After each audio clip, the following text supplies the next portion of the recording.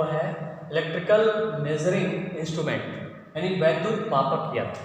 अब इससे स्पष्ट हो गया होगा कि ऐसा यंत्र, मापक यंत्र जो विद्युत को मापने के लिए प्रयोग किया जाता है। तो आप जानते हैं विद्युत मापन के लिए आपके जैसे हो गया आपका volt meter, ampere meter, watt meter हो गया, फ्रीक्वेंसी मीटर, ये सभी जो आपके विद्युत क्रिया में उपयोग में लाए जाते हैं, मापन में किए जाते हैं, उसे वैद्युत मापक यंत्र कहा जाता है।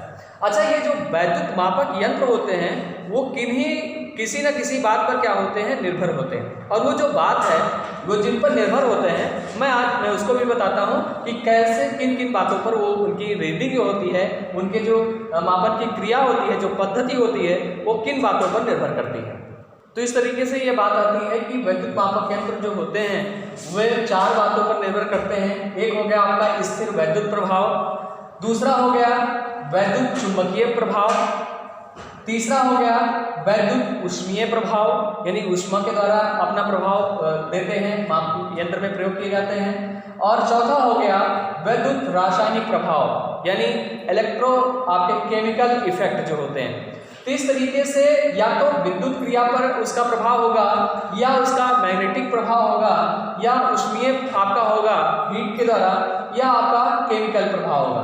तो ये चीज़ों के माध्यम से आपके मेजरिंग इंस्ट्रूमेंट जो होते हैं, मापक यंत्र होते हैं, इन बातों पर ही निर्भर करते हैं, इनके जिम्मेदार कारक यही होते हैं।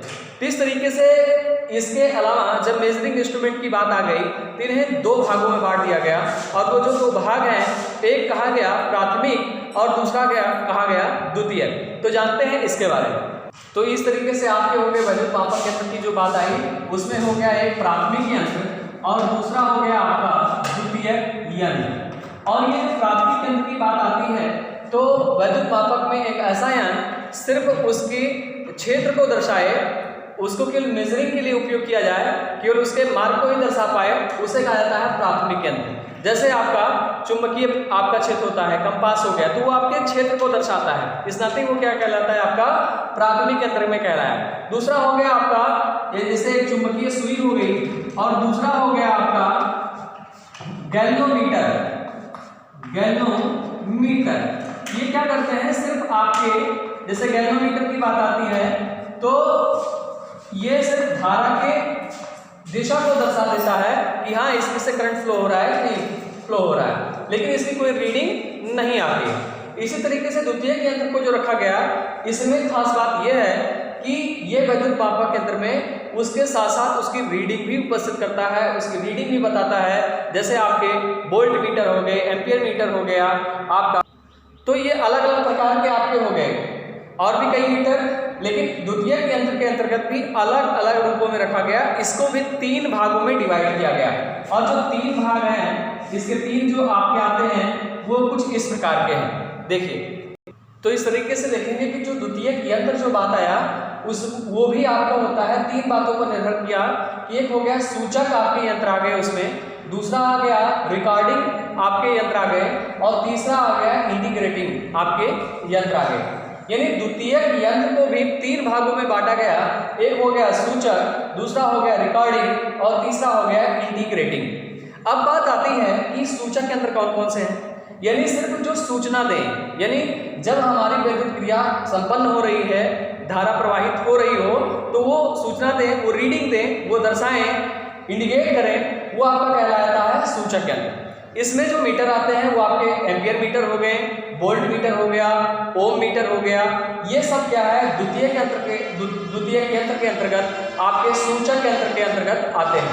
फिर बात आती है रिकॉर्डिंग यंत्र की। रिकॉर्डिंग यंत्र की बात आती है तो जो आपको ऐसा यंत्र द्वितीयक यंत्र के अंतर्गत है, ये ऐसा यंत्र जो हमें रिकॉर्ड दे, यानी उसको दर्शाए, उसका एक ग्राफ बना करके उपस्थित करे, तो वो क्या कहलाता है, रिकॉर्डिंग यंत्र कहलाता है। यानी एक ग्राफ के माध्यम से हमारे सामने प्रस्तुत करे, वो क्या कहलाता है, आपका रिकॉर्डिंग यंत्र कहलाता है, और इसे द्वितीयक यंत्र के अंतर्गत रखा गया है।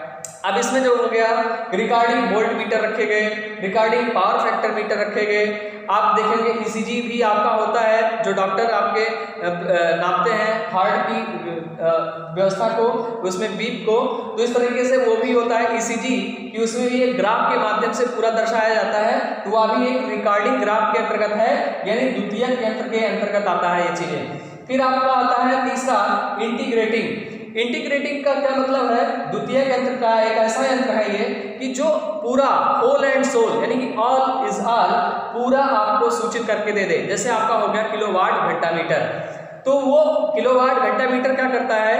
एम्पियर, वोल्टेज और कितने घंटे तक आपका खर्च पूरा हुआ वो आपका किलोवाट घंटे में पूरा दर्शा करके एक यूनिट के माध्यम से आपको दर्शा करके इंटीग्रेट कर देता है। ये इंटीग्रेटिंग यंत्र के अंतर्गत कहलाता है और ये द्वितीयक यंत्र के अंतर्गत आते हैं। प्राथमिक में एक ही है, सिर्फ प्राथमिक में ये चीजें मैंने आपसे डिस्कस की। अच्छा, इसके अलावा कुछ इसमें टार्क भी होते हैं, वो भी ये चीजें मैं आपसे शेयर करता हूँ। यदि वैद्युत मापक यंत्रों की बात की जाए तो एनालॉग में खास बात होती है कि इंडिकेटिंग यंत्रों में कार्यरत कुछ बल होते हैं और ये जो बल होते हैं वो आपके तीन आपके बल होते हैं, यानी कि टार्क होता है, यानी कि घुमाव बल होता है। तो ये जो घुमाव बल होते हैं, पहला होता है आपका विक्षेप बल, यानी कि ये विक्षेप आपका घुमाव बल हो गया या टार्क कहते हैं, और इसे डिफ्लेक्टिंग भी कहा जाता है। विक्षेप मतलब क्या हो गया? आपका डिफ्लेक्ट करे, डिफ्लेक्टिंग करे। दूसरा होता है नियंत्रक, यानी जब हमारी इंडिकेटिंग जो सुई है, निडिल है, वो जब विक्षेप करेगा, जाएगा, आपको रीडिंग प्रदान करेगा, देगा, तो उसके लिए नियंत्रक भी होना चाहिए। इस नाते दूसरा आपका उसमें टार्क जो बल कार्य करता है वो आपका है नियंत्रक, यानी कंट्रोलिंग करता है उस स्प्रिंग को। जहां पर मान लीजिए 230 वोल्ट है या एम्पियर में 5 एम्पियर है, तो उसी पर जाकर के आपका रुकेगा। तो वो बल जो कार्य करता है, वो घुमाव बल जो कार्य करता है, उसे नियंत्रक टार्क कहते हैं। तीसरा आपका होता है अवमंदन, यानी कि डैम्पिंग। भाई वहां तक रीडिंग तो आपका मीटर करने लगा, यानी आपका 230 वोल्ट आपकी रीडिंग देने लगी, लेकिन वहां पर जाने के बाद जो निडिल है वो स्थिर बनी रहे, हमेशा कंपन ना करे। यदि वह कंपन करता है तो वह अवमंदन की क्रिया होती है, यानी कि डैम्पिंग क्रिया कर रही है, और ये कहलाता है आपका अवमंदन टार्क। तो इस तरीके से किसी भी आपके जो मीटर होते हैं, वैद्युत मापक यंत्र होते हैं, उसमें आपके तीन घुमाव बल कार्य करते हैं। एक हो गया आपका विक्षेप टार्क, दूसरा हो गया नियंत्रक टार्क, और तीसरा हो गया अवमंदन टार्क। तो इस तरीके से इससे रिलेटिव आपके जो टॉपिक थे मैंने आपको बताया, और इससे ये वीडियो देखिएगा, समझिएगा, और जहां भी नहीं समझ में आएगा आपको अब क्लास के माध्यम से भी हम आपको बताने का प्रयास करेंगे। ठीक है, धन्यवाद।